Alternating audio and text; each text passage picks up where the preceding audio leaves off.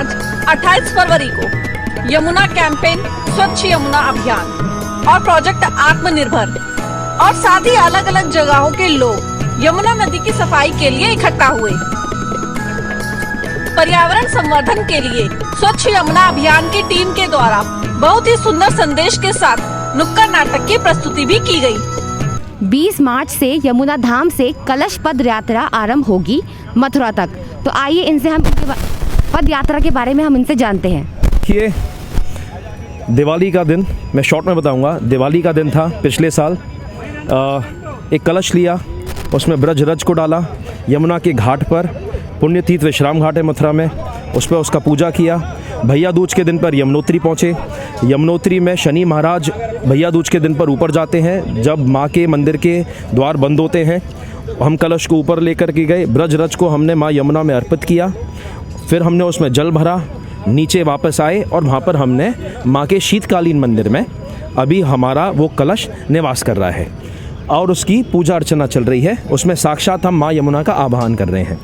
20 मार्च को हम शुरू करेंगे पदयात्रा और हम वो जल लेकर के यमुनोत्री और ब्रज के दोनों लोग मिलकर के उस कलश को लेकर के आएंगे मथुरा तक। हम मथुरा तक जब हम पहुँचेंगे तो यमुना के घाट किनारे हमारे सारे पड़ाव स्थल हैं। अब यमुनोत्री और मथुरा क्यों? क्योंकि यमुनोत्री से माँ यमुना का उद्गम स्थल है। वहाँ पर वो कालिंद्री है और वहाँ पर वो एक सेकंड आप उनको दिखा दीजिए, एक बार वहाँ पर दिखा दीजिए।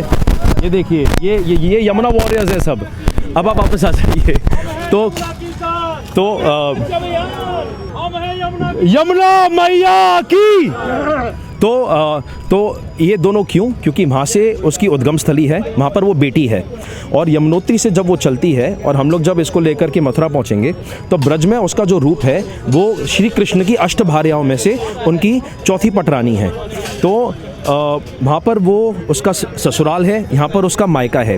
तो मायके और ससुराल वाले दोनों मिलकर के लोगों में जन जागरूकता फैलाना चाहते हैं कि जो उसका वहाँ पर एक बेटी का रूप होता है, एक बेटी जब अपने परिवार में पलती है और जब हम उसको ससुराल में भेजते हैं तो हमारे देश में, हमारे इतिहास में अक्सर ये देखा जाता है कि बहुओं को प्रताड़ित किया जाता है, दहेज से, इससे, उससे, जो भी उसके कारण है। तो हम लोगों में जन जागरूकता करना चाहते हैं कि भाई ये किसी की बेटी है और किसी की बीवी है, लेकिन ये साधारण नहीं है। ये सूर्य की बेटी है, यमराज की जुड़वा बहन है, शनि की बहन है और श्री कृष्ण की बीवी है। और इसके साथ में ये वही बेल्ट है जो दिल्ली, जो पहले इंद्रप्रस्थ था और जो हस्तिनापुर था, यहीं पर द्रौपदी के साथ में भी चीरहरण हुआ। तो वो तो कृष्ण की सखा थी, तो कृष्ण ने आकर के उनको बचा दिया। ये उनकी प्रिय है। तो लोगों को ये समझना चाहिए कि उस समय पर जब महाभारत रच दी गई एक औरत की मर्यादा को लेकर के, तो आज कलयुग है और ये कलयुग की काली है, इसको कालिंद्री कहते हैं। तो लोगों से रिक्वेस्ट है कि हम ये इस पदयात्रा के माध्यम से लोगों में जन जागरूकता फैलाएंगे। जहाँ जहाँ हमारे पड़ाव स्थल हैं वहाँ पर हम माँ यमुना का बखान करेंगे, उनकी महिमा का बखान करेंगे और लोगों को ये समझ में आए कि इसको लाइटली मत लो। सब पर्यावरण की बात करते हैं, वो सब अपनी जगह है, पर्यावरण हमारे सब जगह पर है। इंडिया को वैसे ही हमको जो स्टार्स होते हैं, एक स्टार हमारे पास है वर्ल्ड्स मोस्ट पोल्यूटेड सिटी, एक स्टार हमारे पास है world's most polluted river Yamuna ji, एक हमारे पास स्टार है world's most polluted ocean front, जो बॉम्बे के बाहर का जो ओशन है वर्ल्ड्स मोस्ट पोल्यूटेड है। फिर हम लोग rain capital of the world कहलाए जाते हैं और फिर हम लोग देवियों की भक्ति करते हैं। तो ये भी तो देवी है। तो ये कब बदलेगा? तो वेद व्यास जी ने कहा था कि कलयुग सबसे सर्वश्रेष्ठ है और कलयुग में नारी ही संत है। तो ये नारी का रूप है। तो अगर ये नारी है, नारी शक्ति की हम बात करते हैं, आदि शक्ति की बात करते हैं हम, तो हमको इसका तो ख्याल रखें। तो गंगा जी के लिए बहुत आवाज़ उठी है, प्रधानमंत्री ने आवाज़ उठाई, देश के सबसे जो नंबर 1 आदमी है उसने आवाज़ उठाई है, नमामि गंगे किया। तो नमामि गंगे की तरफ अपने प्रयास चल रहे हैं। बट गंगा दिल्ली से नहीं जा रही, ये दिल्ली की राजधानी है, ये देश का मस्तक है और ये मस्तक का जो तिलक है, वो जो तिलक है वो यमुना जी हैं। तो आप कृपया तिलक को ना मिटाएं। और यहाँ से जब यमुना जी ब्रज पहुँचती है तो ब्रज में पहुँचने के बाद में वो फिर प्रयाग जाती है। तो अगर यमुना जी दिल्ली से छूट करके अगर प्रयाग तक नहीं पहुँचेगी, ब्रज तक नहीं पहुँचेगी, तो ब्रज नहीं और प्रयाग नहीं, क्योंकि उसका एक नाम ब्रजा भी है।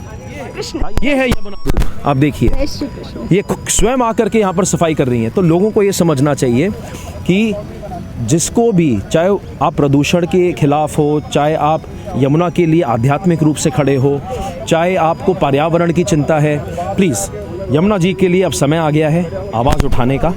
हमें ब्रज में ब्रजा को लेकर के जाना है और हमें प्रयाग तक यमुना जी को लेकर के जाना है। गंगा जी भी इनका वेट कर रही हैं। तो अगर आप यमुना जी के लिए नहीं करना चाहते तो कम से कम गंगा जी के लिए कर लो, उनके लिए नहीं करना चाहते तो कम से कम काशी के लिए कर लो, क्योंकि काशी में ही जा कर के मिलती हैं और इनका आखिरी ये बंगाल में फिर समंदर में मिलती हैं। तो यमुना जी का रास्ता मत रोको। तो सरकार से निवेदन है, लोगों से निवेदन है, जनता से निवेदन है कि प्लीज़ हेल्प अस। और हम जब दिल्ली आएंगे, पदयात्रा हमारी जब दिल्ली आएगी, तो 2 कदम हमारे साथ चलिए, हमें और कुछ नहीं चाहिए आपसे। जय श्री कृष्ण। जय माई की। हाँ, मैं भारत सरकार के गृह मंत्रालय में काम करती हूँ और भगवान श्री कृष्ण की परम भक्त हूँ। मेरे बहुत सारे आध्यात्मिक अनुभव हैं। आप मेरा ब्लॉग देख सकते हैं, Shri Krishna the supreme man, रास विलास ब्लॉग स्पॉट। और भगवान, देखिए मैं बताना चाहती हूँ कि स्वामी विवेकानंद के बाद हमारे जो हिमालय के अमर योगी हैं कई हज़ार साल के, उन्होंने परमहंस योगानंद जी को क्रिया योग में ट्रेन करके 100 साल पहले अमेरिका भेजा था। और परमहंस योगानंद जी के भक्त पूरी दुनिया में हैं और आज भी अमेरिका में ब्रदर चिदानंद ऑनलाइन कृष्ण जी का कीर्तन करवा रहे हैं और भजन करवा रहे हैं। हम हिंदुस्तानियों को ये समझने की बहुत ज़रूरत है कि गीता में भगवान ने कहा है कि ईश्वर हम सबके हृदय में निवास करते हैं। हम भगवान को अपने हृदय में देखें। प्रकृति और पुरुष हमारी आध्यात्मिक विरासत है। प्रकृति ही परमात्मा का साक्षात रूप है। अगर आप ब्रह्म वैवर्त पुराण पढ़ेंगे तो प्रकृति देवी का सम्मान भगवान कृष्ण सबसे अधिक करते हैं। प्रकृति देवी के सम्मान का मतलब है कि हम अपनी सारी नदियों को स्वच्छ रखें, सारे पशु पक्षियों का पालन करें और सबके प्रति सम्मान करें और भगवान को सबके हृदय में अनुभव करके सबका सम्मान करें। इससे भगवान कृष्ण प्रसन्न होंगे, ध्यान के द्वारा और समाज सेवा के द्वारा। यमुना के किनारे तो आपने कचरा साफ कर दिया, लेकिन अब फैक्ट्री से जो झाग आ रहा है उससे वो कैसे साफ होगा? सरकार से आप क्या कहना चाहेंगे? मैं सरकार साहब ये कैसे कहेंगे कि उसको भी साफ किया जाए? सरकार उसको भी साफ कर नहीं रही है। हम लोग प्रजातंत्र में रहते हैं और हर मंत्रालय के पास एक पीजी पोर्टल है जहां आप अपनी शिकायतें कोई भी सामान्य व्यक्ति दे सकता है। आरटीआई में ये बात अनुरोध किया जा सकता है। और जो हमारा संबंधित मंत्रालय है, संबंधित मंत्री है, वो सभी आस्थावान है, सभी समाज सेवी हैं, सभी शुद्ध हृदय से देश का कल्याण करके भारत को विश्व गुरु बनाना चाहते हैं। तो हम सबके सहयोग से सरकार भी ऐसे नियम बना लेगी कि धीरे धीरे हम लोग सारे प्रदूषण को दूर कर सकेंगे। मेरी पूरी आस्था है, पूरा विश्वास है। मथुरा तक जो कलश पद यात्रा होने वाली है उसके बारे में क्या कहेंगे? ओके, सो ये हमारी एक आत्मनिर्भर प्रोजेक्ट टीम है, प्रोजेक्ट आत्मनिर्भर, जो कि मथुरा से है। श्री रंजीत महेश पाठक जो हैं इसके संस्थापक हैं, फाउंडर हैं। तो इसी मुहिम में हमने सोचा कि एक यमुना शुद्धिकरण हेतु, यमुना की अविरल धारा हेतु एक कलश पद यात्रा की जाए, क्योंकि जब सरकार और नेताओं के वादे जब पूरे नहीं हुए और यहाँ पे यमुना की स्थिति आप किसी से छुपी नहीं है, तो उसके बाद में सबने ये सोचा कि क्यों ना आत्मनिर्भर बन के एक आत्मनिर्भर प्रयास किया जाए। जब पानी हमें वैसे नहीं मिल सकता तो हम जाके आत्मनिर्भर स्वयं बन के जल तो ला सकते हैं मथुरा तक। और हम ये यात्रा जो है 20 मार्च को खरसाली खुशीमठ यमुनोत्री धाम के गांव से शुरू करने वाले हैं। ये हमारे सारे पड़ाव हैं। हम किस तारीख को कहाँ होंगे? हम होली जो है वो हथनी कुंड पे मनाएंगे।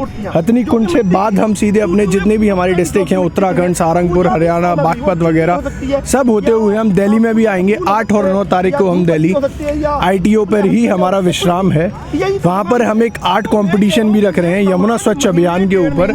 इसमें आर्ट कंपटीशन से लोग दर्शाएंगे कि यमुना की स्थिति कैसी है।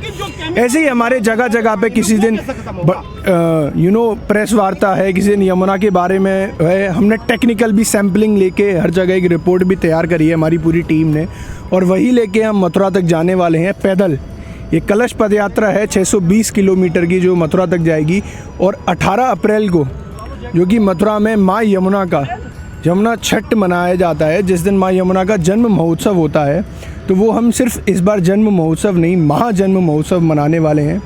तो आप सभी से सिर्फ इतना अनुरोध है कि इस कलश पद यात्रा के अभियान में 2 कदम चलें। यमुना भक्त, यमुना शुद्धिकरण, यमुना अविरलता के लिए कदम से कदम मिलाएं, 2 कदम चलें। धन्यवाद।